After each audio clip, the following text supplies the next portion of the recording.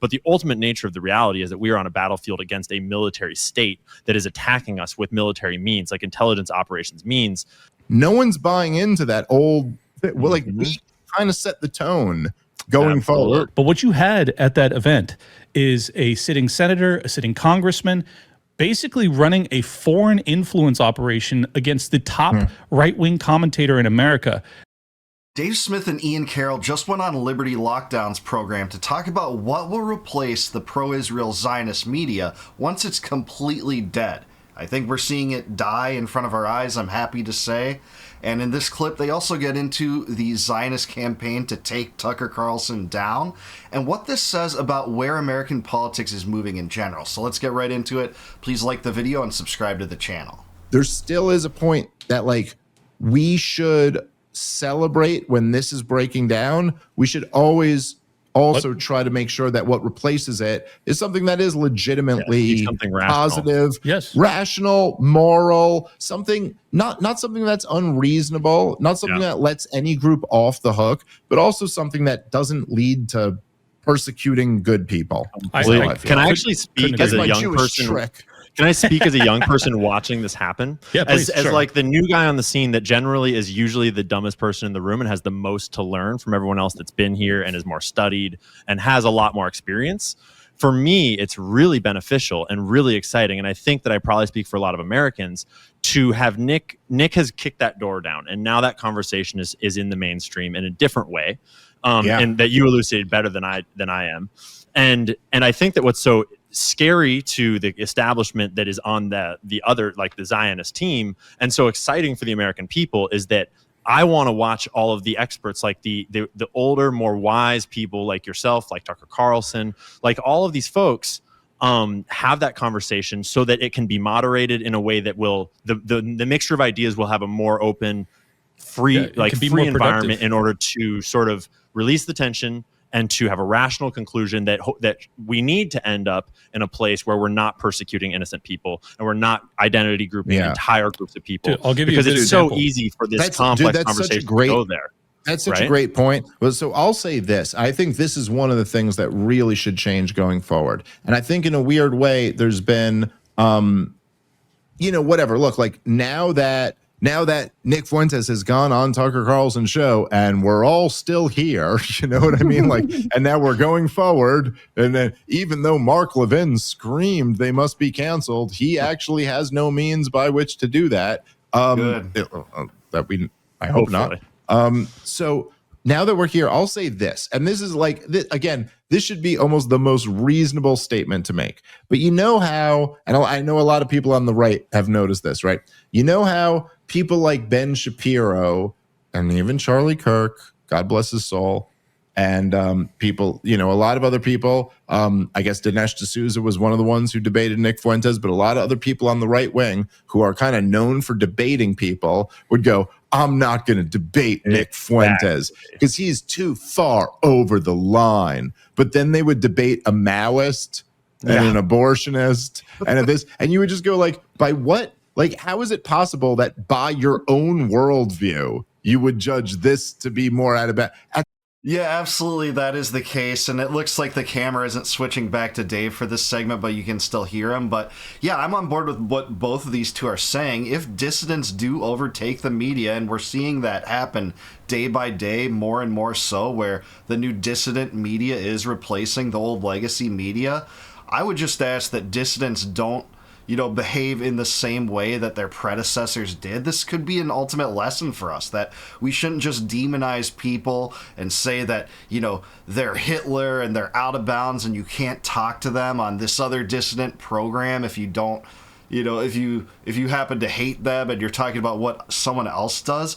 Learn the lessons of what lost the legacy media for its overseers and don't become what you hate. I think that there is an important lesson to learn in that, because we've seen just an amalgam of lies come from the legacy media that have led people to chase down other sources, rightfully so. Don't repeat that same mistake or we could lose it all again. At the very least, you go, no, we're not doing that anymore. What we should be looking to do, look, if I will sit down and have, which I have done several times, if I will sit down and have a reasonable argument like gentlemen with somebody who's advocating that Israel should finish the job in Gaza, Yeah. then I can sit down and advocate or sit down and have a conversation with someone advocating that Jews get deported from America. Like, look, even like if you were saying citizens, like me and my family have to be forcefully deported, I'm very against that. And I'd fight you to the death if you tried to make that happen. But that's actually not as fucked up. Like if you were telling Yeah, that is not as screwed up as saying, hey, I think we should nuke Gaza twice, which guess who said that? That was Randy Fine back in, I believe, May. And he said that Tucker Carlson's the most dangerous anti-Semite in the country. And that guy doesn't get nearly half of the vitriol that someone like Nick Fuentes does. It's just so preposterous. When these people have a track record of debating like trans rights activists and bringing on mass murderer, the genocidal maniac Netanyahu on their podcast to throw softballs at him, he's responsible for more deaths than any of these people they complain about combined. And you're going to say that Nick Fuentes is the only one beyond the pale for impure thoughts. And I'm not for a lot of his thoughts, by the way. But that he is the example, like the unique example that you can't talk to. I think that says a lot because we just know. We know what they're doing in setting these parameters. It's just about the Israel issue. That's all it is to these Zionists that want to control the country, control the political system, and maintain a stranglehold on politics that they see slipping away from their fingertips. me I could leave with all my resources and my family, that's not as fucked up as saying Israel should finish the job. Yeah. So like I've been saying this is like a consistent theme of mine for like 15 years now, that I've been saying like, let's rethink what the regime's hierarchy of moral outrages is. And I think that all of these, what should happen going Murder is forward. worse. Well, yes. And even if it's state sponsored or state enforced. But I think what should happen going forward is that all of these questions where it goes like, you know, is it the Jews or is it the Israel lobby? Is it the this or is it the that? Is Nick too far? I think we should have more and more debates about this, more and more conversations about this. I think there, you know what I mean? Like, I think we should always be working to refine what we're trying to do here. And look, I'm just firmly on Tucker Carlson's side of this, where I'm always going to err on the side of like, I am an individualist who believes in God and believes in like the value of all people. And I believe in like, I'm against violence and against cruelty, or I'm against the initiation of violence. I'm fine with defensive violence. And like, but I think all of these things we should have many more discussions about. And we should just decide now that we have all the fucking juice, we should just decide that to be good. Yeah, that's the new rule now, dude. Yeah. We can talk about all these things. Yep. And honestly, even Yeah, and we should talk about whatever we want, not operate under the old parameters, the old Overton window that our overseers and the overlords in government and kind of the directors of the legacy media would have us discuss. That's exactly right. We shouldn't play by their rules anymore, but it does behoove us to be responsibility with this new influence, with this new kind of technology that we have that have brought forward voices like Ian's and like Dave's to, again, not squander what we have right now, give it away to, you know, crazy reactionary impulses that target people, you know, just like the legacy media targeted some of us. And to their point about what you can talk about, who you can talk to, etc., it's just so strikingly hypocritical again. You know, Piers Morgan is a guy, you know, he has a major show on YouTube now, very popular debate show. You know, I'm a glutton for punishment. I kind of like that show. It, you know, produces really interesting debates sometimes. Sometimes it goes a little bit crazy, but that's why people tune in, I think. He had this show called Am I a Killer or I Am a Killer, where he sat down and he interviewed literal serial killers. And I think there was something like 30 episodes or something like that over a few different seasons. And he didn't, again, get half of the vitriol as people like Tucker Carlson did from the right, from his own tribe per se, for interviewing Nick Fuentes, who hasn't killed anyone. You can say what you want about his views and whether he's out of bounds in some regards. I think that he is, of course. We've talked about it on this show. But that Pierce didn't get that kind of vitriol, and Tucker Carlson does from these Zionists. It just says the world. Just the three of us have a lot of power in that world. It's fucking weird, dude. I'm sure it's weird for you, Ian. Fucking, it's weird. It's weird to be me. I'm sure it's really weird to be you. I know it's weird to be you, Clint. But isn't it crazy? There are these I was running guys? a mortgage company 5 years ago and playing beach volleyball, and now I do like fucking 50 million impressions across social media. It's insane. You know what's weird, dude? And I thought, I don't mean, I swear to God, I don't mean this to just be like, sound like I'm just bragging or talking about myself, because it's really nothing like that impressive. I think I've had some like pretty good showings over the last couple of years, but I was on Steven Crowder's show like a week ago. I don't know if any of you guys saw this, but it was the dumbest fucking waste of my time ever. Like it was just retarded. Yeah. I've seen it. I've done 2 reaction videos to that. If you want to go back and look at those, I concur with his general sentiment. His big thing was to just be like, well, I like Trump, but you said you want to impeach him. And Dave's like, yeah, and here's why. He's a war criminal, just like all the presidents in my lifetime. And Crowder was like, oh, but you're closer to Obama than Trump. And it's like, yeah, that's not what he said. But it just, there wasn't much intelligence to that debate and that argumentation. But someone just told me, a friend of mine just was like, dude, do you look at the comments on that? And I went on his YouTube channel, and the comments are like, I mean, dude, it's worse than what Douglas Murray got. Yeah. It is. Go look at the YouTube video. It's on his channel. It's Stephen His Crowder, own audience. His own audience. Dude, I got like, I mean, I've had a good couple years, but I got like 450,000 subscribers on YouTube. He's got like 6 million. Like, he's so much bigger than me. But like, I know you've probably experienced this, Ian.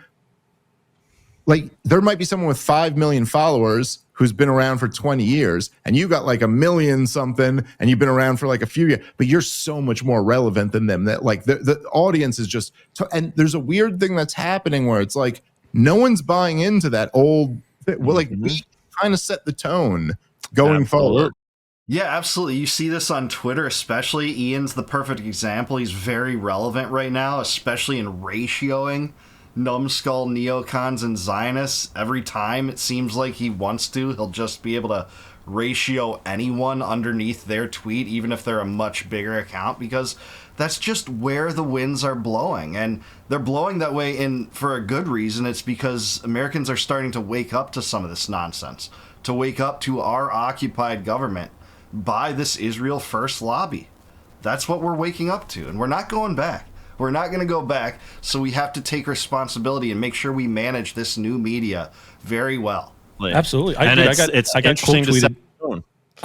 quote tweeted by Will Chamberlain and James Lindsay, and you go into their replies, and I'm like, this is their replies. I'm just retweeting them. I'm not even fucking countering it. I'm just retweeting it and letting my followers see what they have to say. Nope. And my followers are just like, he's obviously telling the truth. Like, there is literally everything I said in that rant, just because I opened it up with a Nick Fuentes rant. But everything I say is like, this is a mandate. You have to put this country first. If you don't, you will lose. And it's like, these are impossible points to disagree with. You cannot contend with this. This is such a given argument that, like, if you were to run this to 95% of Americans, they're going to go, I love this guy. I agree with every word. Can confirm. Go into James Lindsay's Twitter feed sometime. Look down his tweets when he's quote tweeting in disagreement. You will see this. People are jumping ship off of that Israel First argumentation. They just are. They're sick of it. They've had it. Maybe you could get away with that on October 8th, 2023. You can't get away with that anymore. Americans aren't having it. We're not going to take doubling down on Israel's genocide in Gaza. You know, that AIPAC is just, this irrelevant lobby. No, that the president operates under a mentality that it seems to prioritize this foreign rogue regime over ours. We're not going to ignore that anymore. But they hate it because they realize that the connotation is that their golden goose, their relationship with Israel and their Zionist cause dies as a consequence of that mentality. And it's like, it's unbelievable, the shift in the landscape. But I just wanted to go back really quick to the point that I was trying to get to, is that what they did to Tucker Carlson is exactly what they did to Charlie Kirk over the past 2 years, but condensed into a month or two period. And Charlie, in the public square. Yeah, and Charlie had it like super in the public square. Charlie had it more in private over a 2-year period where it was like threats behind the scenes and this and that. And I think Tucker's not really in that position where he has these funding sources that get to pressure him so aggressively. So he's just like, he's kind of detached. He's not on social media. He doesn't feel it the same way. So they had to do it in a really public fashion. But what you had at that event is a sitting senator, a sitting congressman, basically running a foreign influence operation against the top right-wing commentator in America. That's exactly what they did. The conference he's referring to is where like Lindsey Graham and Randy Fine and I think Ted Cruz all basically called, Tucker Carlson a Nazi in different ways. Randy Fine literally quoted that he's the most dangerous anti-Semite in America and he's leading a new Hitler Youth movement. That's literally verbatim. Check that out. Fact check me on that. They're literally using the same tactics that many of them claimed, almost claimed the life of Trump. Because if you remember in that shooting in Butler, when the bullet went through his ear, Trump almost died by like a centimeter, right? When Crooks fired that shot, the reaction from a lot of the conservative base was, this is because of the vitriol of the left, likening Trump to Hitler so many times over and over that inspired this. Well, what does it say when they do that same line just less than a year and a half later toward Tucker Carlson, toward the top conservative influencer in the United States? They're behaving the exact way they said that caused a potential assassin to fulfill what he wanted to do. That's what I can't think that this isn't deliberate by some of them. I'm sorry, I can't. I try to look at the good in people and find the good, but if that was their actual view there a year and a half ago in Butler, and they're using those same tactics again, I can't think that this is just, something that they didn't believe then, but are now, saying now. And these guys are funded to the tune of an insane amount of money from what I believe is a foreign lobby, which ought to be registered under FAR, which it is not, which is AIPAC, or the RJC or whatever it's called. It's like these guys are running in intelligence operations against Americans, against like the most beloved commentator on the right wing. And we just lost one of our top 5 beloved commentators on the right wing by assassination 6 weeks ago. And they're calling him the same things, but even more aggressively and even worse. And it's just like, I think we're winning. I'll be very clear about that. But I am deeply disturbed at the audacity, the nature of that operation, the brazenness with which they ran it. It's fucking gross, man. And it is. I'm with Clint on this. It's definitely gross. It is, very brazen, right out in the open. And I think it's right out in the open because of the desperation. They're feeling the desperation of losing their grip on American politics and the American mindset toward Israel. They don't have many more years to consummate the Greater Israel Project and expand Israel's borders beyond what they are today. They're trying their best. They bombed 7 of their neighbors since October 7th, under the bankroll of the United States, of course, drawing us into a new war with Iran. They're expanding West Bank settlements in both Syria and Lebanon. There's a ceasefire right now in Gaza, but Smotrich is already saying, hey, guaranteed there's going to be Israeli settlements in Gaza. I don't think this is going to hold. It doesn't address any of the complaints or really aims of either the Israelis or Gazans. So we're not going to see any headway there. So yeah, this stranglehold is losing grip over the American people. It's not going to hold. That's why they're acting so, evil, so malevolent, and just so out in the open about it for the first time. I'm like You're seriously bringing up the creeped out. most important point, because it's the difference in this conversation is that we are dealing with an adversarial nation who sees it as an existential threat if this conversation is lost, and might be willing to do literally anything to stop that from happening. Man. Some of them, not all of them, but definitely some of the leadership in the Likud party.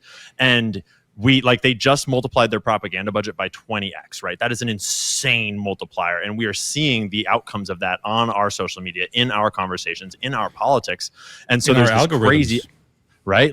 So we're in the middle, all of us are in the middle of this crazy situation where we're trying to be regular American people having conversations in our free speech environment. But the ultimate nature of the reality is that we are on a battlefield against a military state that is attacking us with military means, like intelligence operations means. Yeah, exactly right. That's what we're seeing. And the Zionists in America are so tied into the Israeli regime and its interests that it's essentially an appendage of the Israeli government. I mean, you saw this in microcosm when it leaked out that Douglas Murray and David Frum, by the way, David Frum is the original writer of that speech that Bush delivered about the axis of evil. Remember that? If you're old enough, you'll remember that. But those two are actually foreign agents. They're foreign agents of Israel that were writing speeches for Israel's UN ambassador to present at the UN. Now, Douglas Murray had the gall on Joe Rogan's podcast to scold Dave Smith for, underestimating or, acting incorrectly toward his journalistic principles and acumen, where he didn't disclose this whatsoever. He was the one that was duplicitous in not divulging that this is an obvious conflict of interest when you're appearing on this debate program and you're being paid by the Israeli government, but that's what you have. Now, I think what Ian was referring to regarding the amount of money that has been paid for propaganda, Israeli propaganda, is shown here. The Times of Israel reporting this. Back in December of 2024, they, for the first time, earmarked a budget of $150 million for what they're calling public diplomacy abroad. But what is this? This is actually a plan to propagandize Americans. And if you read into this article, it gets into those particulars. And it confirms here in the Times of Israel, which is not an oppositional media entity, by the way, that's Haaretz. It's saying that flat out. It's supporting its existing activities for what's officially known as public diplomacy, or Hasbara. That's the explanation. It's literal Israeli propaganda. This is what they're spending in the United States to affect public sentiments here. It's the 8th battlefront, as Netanyahu said in that group of influencers, that, hey, this is the 8th front in our battlefield. It is a propaganda war. So they're not off base on that. That is what you're seeing. You're seeing desperation. It's not going to work. They will cancel Tucker Carlson and Candace Owens over my dead bodies, over Dave and Ian's. It's just not going to happen. They don't wield that kind of power or authority anymore. Who's Mark Levin? I mean, just the notion that, you can't talk to Nick Fuentes because that will legitimize him. How are you legitimized anymore? You haven't been legitimized in a long time. You haven't had that kind of notoriety or pull at the culture in a long time. No one listens to Mark Levin anymore. Sure, Zionism's still popular in some sections, but Mark Levin, you have to be serious with me to say he is, pushing American sentiment in one direction. He's not. He's part of the president's Committee of Homeland Security with Laura Loomer, by the way, I believe both of those two are on that committee. So he does have influence over Trump, I hate to say. A lot of Trump fans will be like, no, he's not Israel first. But yeah, look at who he surrounds himself there and his Secretary of State.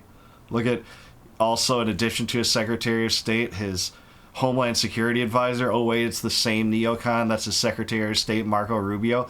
That's what we're getting out of this administration. But anyway, I thought this was a really interesting conversation. What's going to fill in the hole of the legacy media? Will it be a dissident media that's always at odds with each other? Will the dissident media, adopt some of the bad and nefarious schemes of what we knew as the legacy media? I hope not.